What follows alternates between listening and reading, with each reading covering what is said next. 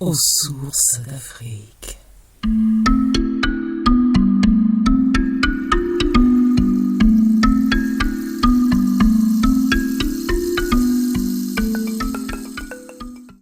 Je m'appelle Andy Asbel, Andy Fogem Asbel Mardoché. Fogem, c'est le nom de mon père. Donc, en Afrique, quand on hérite du nom de son père, voilà, ça entre dans son nom. Et Andy, c'est le nom d'un homonyme. Voilà, Andy et Mardoché, c'est dû au fait que dans la Bible, on parlait du prophète Mardoché, du prophète là qui a eu à hisser la reine Esther à la reine qu'elle a toujours été. Donc, dans la Bible, pour ceux qui lisent la Bible, ils doivent comprendre cela. Maintenant, Asbel, c'est un nom quelconque qui n'a pas vraiment l'historique aussi puissante. Donc, c'est comme ça que je m'appelle. Et je suis né dans une famille témoin de Jéhovah. Je suis né dans une famille témoin de Jéhovah et vous connaissez tous les familles témoins de Jéhovah. Les témoins de Jéhovah, c'est une religion jusqu'aujourd'hui que j'affectionne beaucoup. Parce que, exactement comme moi, tellement de personnes étaient à l'intérieur, étaient ignorantes. Et aujourd'hui, principalement, il va falloir que je puisse dire certaines vérités pour devoir libérer certaines personnes à l'intérieur, libérer certaines personnes qui sont encore cloîtrées dans la matrice et libérer des personnes exactement qui sont même dans les traditions ancestrales qui sont cloîtrées. Parce qu'on a besoin beaucoup plus que nos enfants puissent avoir l'information qu'il faut. On a besoin que nos enfants, quand ils suivent les réseaux sociaux, ils puissent suivre quelque chose qui puisse les édifier parce que tu accouches l'enfant, mais tu as souffert après 9 mois. Tu étais seul quand tu souffrais cela. Mais une fois que tu as accouché l'enfant, ce n'est pas toi ce qui éduque l'enfant, c'est aussi l'environnement. Et puisqu'on va parler de l'environnement aujourd'hui, principalement parce que hormis les parents qui ont signé les pactes maléfiques, tu vas jamais voir un parent qui souffre 9 mois, met au monde un enfant et veut le détruire. Ni maintenant, ni après, ni jamais. Si quelqu'un va me dire le contraire, je vais te dire, tu es un menteur. Donc, c'est de ça qu'on va parler aujourd'hui. Je me suis présenté et je suis un papa. J'ai une femme, je suis marié depuis le Cameroun, mon pays d'origine. Et je n'aime pas trop me reconnaître comme étant un Camerounais, j'aime me reconnaître comme étant un citoyen du monde parce que la couleur de peau ne peut pas nous différencier. C'est juste l'âme. L'âme n'a pas de couleur. Je me concentre sur l'âme et je m'en fous du reste. Que tu sois noir, que tu sois blanc, je t'aime. Que tu sois noir, que tu sois blanc, jaune, rouge, je t'aime. Et je suis prête à tout. Tant que tu es dans la justice, je vais t'aider. Donc voilà ce que je suis. Et il faut pas oublier, hein, avant mon élévation spirituelle, j'ai eu à faire pleurer beaucoup de filles. Qu'est-ce qui vous a poussé à vous initier et par quoi avez-vous commencé? Ah, qu'est-ce qui t'a poussé? Excuse-moi si je te vois. Merci. C'est la pratique de l'interview. Qu'est-ce qui Oui, t'a poussé à aller vers une initiation et qu'est-ce que voilà, exactement. Merci pour le fait que tu me tutoies parce que personne n'est supérieur à personne. Ce n'est pas en me tutoyant que tu me respectes. Tu peux bien me tutoyer et tu ne respectes pas. c'est vrai. Voilà. Donc, qu'est-ce qui m'a poussé? Je suis né dans une famille témoin de Jéhovah et chez les témoins de Jéhovah, c'est seulement ce que les témoins de Jéhovah ont fait qui est vrai et ailleurs c'est faux. Mais les témoins de Jéhovah s'inscrivent dans le christianisme, la croyance qu'il y a un roi qu'on appelle Jésus qui va te connecter à Dieu. Et je suis resté à l'intérieur pendant des années, mais j'étais le plus mauvais témoin de Jéhovah qui existe, tout simplement parce que je me suis rendu compte que il y a des livres qu'on examine pendant les sessions d'église des témoins de Jéhovah. Je vais appeler ça comme ça. Et ces sessions-là, il y a des écrits, il y a des textes qu'on écrit et tu dois seulement répondre. Des questions-réponses, tu dois répondre seulement ce qui se trouve dans le texte. Et moi, en tant que quelqu'un de philosophique, quelqu'un qui recherche, je suis le chiffre 11, je suis le chemin de vie 11 et je suis aussi du signe du zodiaque de la balance. Chemin de vie 11, nous sommes très hypocrites. Les chemins de vie 11 sont très hypocrites. Mais quand un chemin de vie 11 se mélange avec le signe de la balance, vous connaissez ce que c'est que la balance, non? Ou c'est ça ou c'est pas ça. Donc, quand la balance s'augmente à un chemin de vie 11, 33 ou 22, ou c'est ça ou c'est pas ça. Donc, je me retrouve dans une religion où on écrit tous les textes et tu dois répondre seulement ce qui se trouve. Et quand je regarde mes parents, je dis, mais c'est pas normal. Je veux parler. Je veux dire quelque chose. Et on me dit, ce que tu as dit là, c'est pas bon. Jésus n'est pas avec toi. Jéhovah n'est pas avec toi. Et moi, ça me blesse. Au moment où j'ai été vraiment blessé par la religion que j'affectionnais beaucoup, désolé pour les témoins de Jéhovah, je vous aime beaucoup, toujours, mais vraiment, entre l'amour et le nombre de personnes qui sont connectées à vous, je préfère sauver le nombre de personnes. Donc, vraiment, désolé. Donc, je me suis retrouvé dans un niveau où, un jour, ma sœur, il y a quelqu'un, mon voisin. Ça, c'est où mon initiation a commencé. Mon voisin a été envoûté par ses camarades de classe. Il était au lycée. C'était un voisin que on jouait au ballon, on s'amusait dans la boue, Vous connaissez l'Afrique? On s'amusait dans la boue, on était heureux. Donc, quand je constate que après mon bac, c'est un petit frère, il est exactement possédé. Et j'arrive, quand je vois le monsieur, il crie, il est possédé, il crie comme le serpent, il crie comme le porc, cui, cui, il crie comme l'hibou, il crie comme plusieurs animaux. Et maintenant, je viens devant ma mère, je dis, maman, s'il te plaît, c'est toi qui m'as appris cette religion. S'il te plaît, je veux savoir, est-ce qu'il n'y a pas une partie de cette religion qui permet qu'on libère? Parce que moi, je ne peux pas supporter de voir les gens souffrir et je ne les aide pas. Elle me dit, occupe-toi de ce qui te concerne. Ça, c'est ma mère, témoin de Jéhovah, qui me dit, les garçons aiment beaucoup leur mère. Donc, quand j'essaie de parler de ma mère, ça veut dire que c'est quelque chose qui m'a touché profondément. Quand ma mère m'a répondu cela, j'ai été un peu blessé.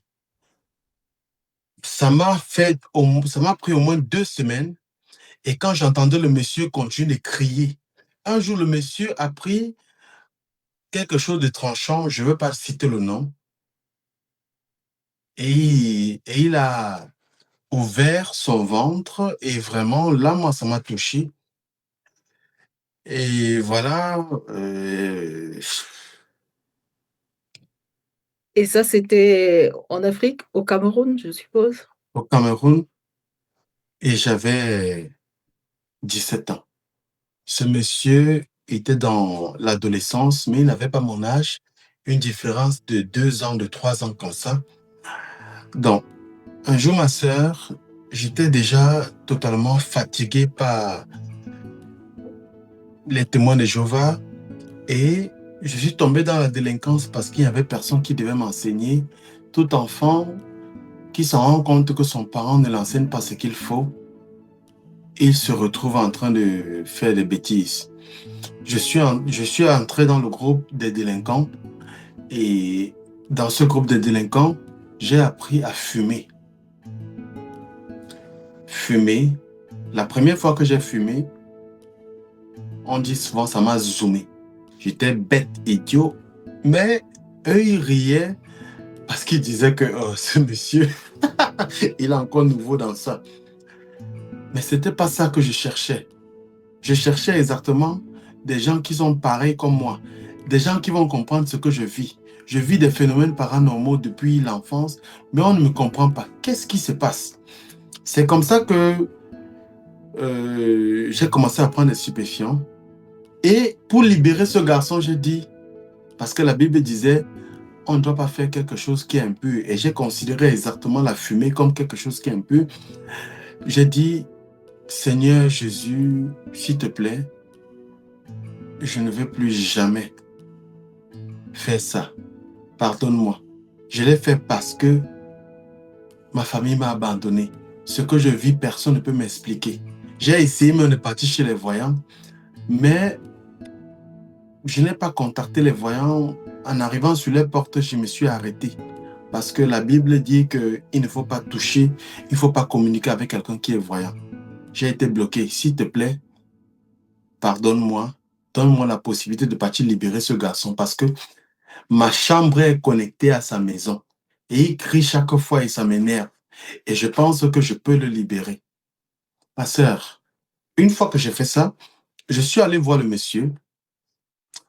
J'ai vu le monsieur en question. Quand je suis entré, sa propre famille l'avait mis dans une cage. Vous savez ce que c'est que mettre quelqu'un dans une cage? Ça veut dire quelqu'un qu'on ne peut plus contrôler. Je suis entré exactement dans ce qu'ils appelaient cage là. Le monsieur, j'ouvre la Bible, cette partie où Paul, qui est un prophète, Paul est en train de parler avec Barnabas à une médium qui est connectée aux esprits maléfiques. Il est en train de dire, je te libère. Il est en train de parler. Quand je lis cela, je dis, tu es libéré. Et le démon me parle. J'avais juste 17 ans. J'avais pas été enseigné. 17 ans. Un garçon de 17 ans n'est pas comme une fille de 17 ans. Une fille de 17 ans est plus instruite qu'un garçon de 17 ans. Donc, quand je reçois ça, je suis en face du démon, quelque chose que je voyais dans les films, j'avais peur. Le démon dit en ce monsieur, le monsieur, il avait une voix suave, exactement comme la mienne, une voix douce. Je vois, il change de voix, il dit, n'accepte pas ce qu'il va te dire. Chasse-lui. Ne l'écoute pas. Je dis que, mais Gaëtan, pourquoi tu parles comme ça? Chasse-le, ne le laisse pas, chasse-le. Si tu ne le chasses pas, je vais te tuer. J'ai été témoin de cela. Donc, une fois que, quand c'est venu, j'ai commencé à avoir peur, ma soeur, mais je vais t'avouer, moi, j'ai eu peur. Les poils ont commencé à se lever, j'ai commencé à avoir de la peur. Mais j'ai compris que dans la Bible, on dit souvent qu'il ne faut pas avoir peur. Et je suis resté, je me suis cramponné. J'ai tourné le dos à cet ami qui était possédé. J'ai tourné le dos à lui et il a pris un couteau.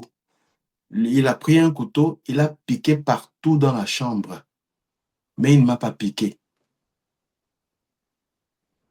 Est-ce que vous comprenez ça? Il pouvait piquer sur ma tête parce que Et tu n'as pas voulu sortir à ce moment-là? je ne pouvais pas sortir parce que j'étais très proche de lui. J'étais très proche de lui. Si le démon voulait me détruire, il allait me détruire. S'il avait la possibilité de me détruire, il allait me détruire. Donc, quand il y a des positions où tu ne peux pas sortir. Donc, c'est comme ça que je reste, je ferme les yeux, je me dis, si vraiment ce qu'on appelle la foi existe, je vais fermer les yeux. Et après tout, ma famille m'a déjà trop menacé. Et il y a des choses que je comprends et il ne veut pas comprendre. Si c'est le moment de mourir, je vais mourir. Mais je suis venu pour sauver ce garçon. Je ferme les yeux. Il a pris le couteau, il a piqué partout, mais il ne m'a pas touché. C'est quand je me rends compte qu'il n'arrive pas à piquer sur moi que je comprends que vraiment, oui, j'ai quelque chose de supérieur. Et voilà. Mais dans mon cas, j'ai toujours peur. Je dis que j'ai jamais vu ça, j'ai jamais vu ça, j'ai jamais vu ça, j'ai jamais vu ça. Je vais sortir. Donc, une fois qu'il finit, il me dit, Mardoché, parce que je m'appelle Andy Fogem Asbel Mardoché. Il me dit, Mardoché, sors, pars, s'il te plaît. Pars, pars, pars, s'il te plaît. Ils vont me tuer si tu continues de rester. Ta présence les énerve. Ma soeur, je suis sorti de la maison. Je suis sorti de la maison et quand je suis sorti, je ne vais pas te mentir, j'ai soufflé. Ouf, je suis encore vivant. Je suis donc allé voir ma mère. J'ai caché cela à ma mère parce qu'elle refusait que je parte lui voir, parce que j'avais confié cela à ma mère. J'aimais beaucoup ma mère. Je suis allé lui confier cela et ma mère m'a dit, non, on ne met pas Dieu à l'épreuve. Tu n'avais pas à partir là-bas l'affronter. Ça veut dire que tu as mis Dieu à l'épreuve. Je dis que, maman, mais tu penses, qu'est-ce qui l'a empêché de me piquer directement? Ma mère me dit, c'est la chance. C'est la chance qui t'a aidé. Et là, parce que j'aimais ma mère et j'ai déjà vu ma mère souffrir, manger, nous donner à manger et elle-même ne mange pas, elle dort sans manger. Tu ne pouvais pas venir me dire que ta mère est mauvaise et je crois. Si tu me disais ça, je t'assure, j'allais te chercher. Parce que j'étais dans la délinquance, j'allais te chercher et prendre des hommes pour venir te faire payer ce que tu viens de dire sur ma mère. C'est comme ça que j'ai éteint cela. Et voilà, après le temps, avec le temps, parce que ma mère n'était pas amour avec moi, il fut des moments où ma mère m'a dit, ne prends plus l'argent de ton père.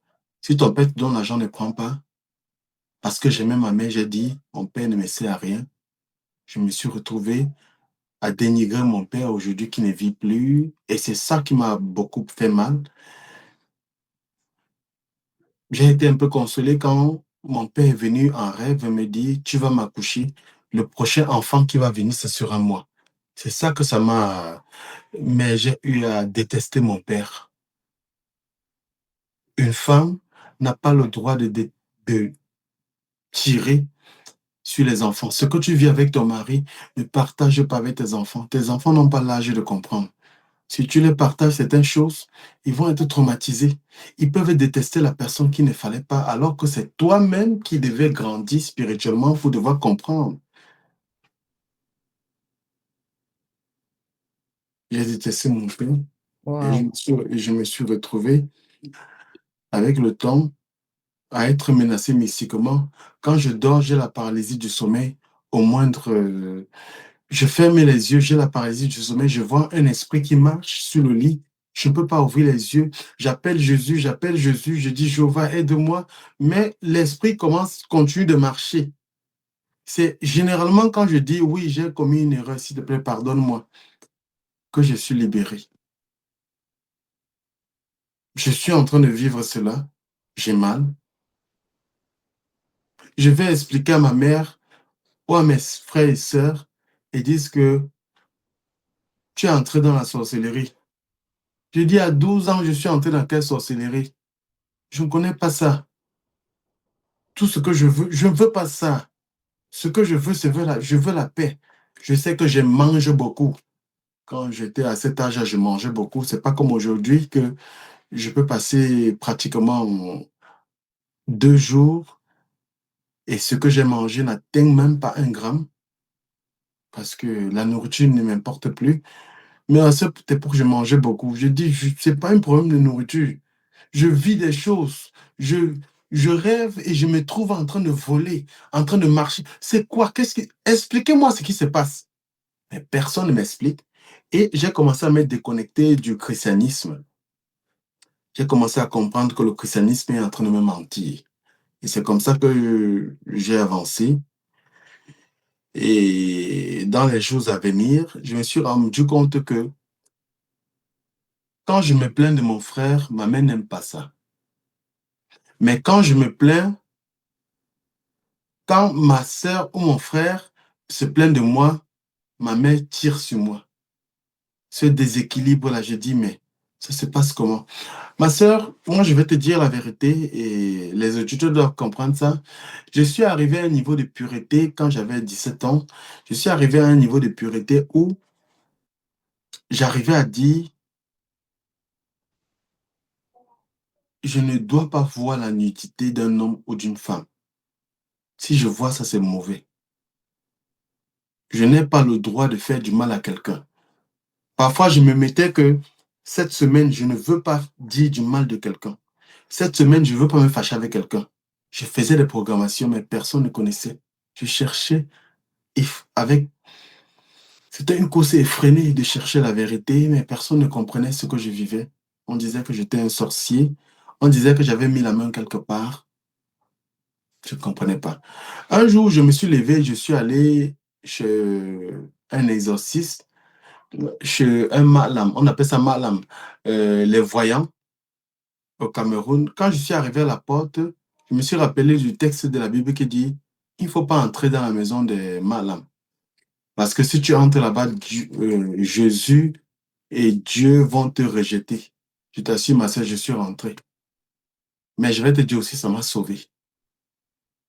Parce que la femme était une mauvaise femme. C'est pour ça que quand je parle des choses contre les religions, je dis que les religions ont quelque chose de vrai. Et je n'aimerais pas que quelqu'un puisse dire que les religions sont totalement fausses. Il y a des vérités partout. Mais c'est à toi de voir si la vérité se trouve en toi. C'est comme ça que je suis rentré, parce que si vraiment je suis rentré, si j'étais allé là-bas, elle devait se rendre compte que je suis du signe du zodiaque de la balance. La balance, ou c'est ça, ou c'est pas ça. Ou c'est vrai, ou c'est pas vrai.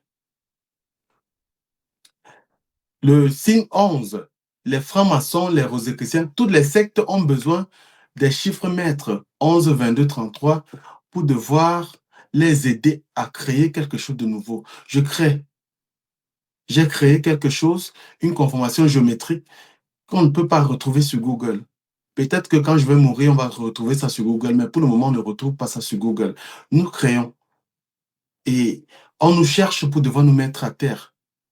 Beaucoup, quand ils nous cherchent, nous promettent des milliards. Mais rien ne me plaît sur cette terre. Je vais finir ce que j'ai à faire et je pars. Ça fait que j'ai jamais accepté ce qu'ils sont en train de dire, parce que si j'acceptais ce qu'ils sont en train de dire, c'est qu'aujourd'hui, je serais en train de vous faire l'apologie des sectes et de vous dire que les sectes, il faut juste comprendre que les sectes sont très sucrées, c'est très bon. C'est un manque de compréhension qui vous permet de comprendre les sectes. Mais si vous attendez ça de moi, attendez que je me trouve derrière une vitre dans un cercueil. Vous n'allez jamais me voir dire des choses que pareilles. C'est ça un diasbel. C'est ce que j'ai vécu et je ne permets à personne de devoir vivre ce que j'ai vécu. Mais si l'univers impose à quelqu'un de vivre ce que j'ai vécu, je veux que tu écoutes ce que je suis en train de dire, ce que je dis dans les lives, et que puis je puisse dire que rentre dans toi cette petite voix qui te disait que ne fais pas du mal à telle personne. Ce que tu as fait, je n'aime pas ça. C'est cette petite voix qui est la voix de l'initiation vers ton Dieu.